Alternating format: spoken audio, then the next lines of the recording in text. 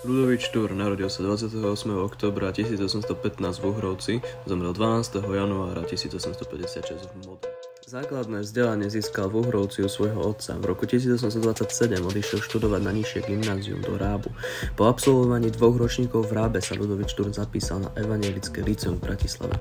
Ľudovít Štúr spolu s Michalom Miloslavom Hodžom a Jozefom Miloslavom Hurbanom navštívili v júli roku 1843 Jana Holého na fare a žiadali o uzákonenie novej podoby spisovného jazyka.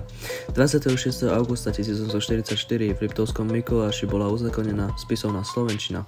Jazyk bol impulzom pre rozvoj slovenskej literatúry.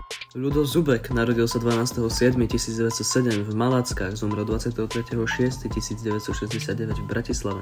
Ľudo Zubek pochádzal z morárskej rodiny. Prvú literárnu prácu uverejnil po skončení štúdií. Pod pseudonymom Vladimír Malina uverejňoval recenzie a kritiky o nových prozaických knihách. Počas pôsobenia v rozhlase písal prednášky a hry. Teoreticko-kritickou činnosťou sa pričinil o rozvoj slovenskej rozhlasovej hry.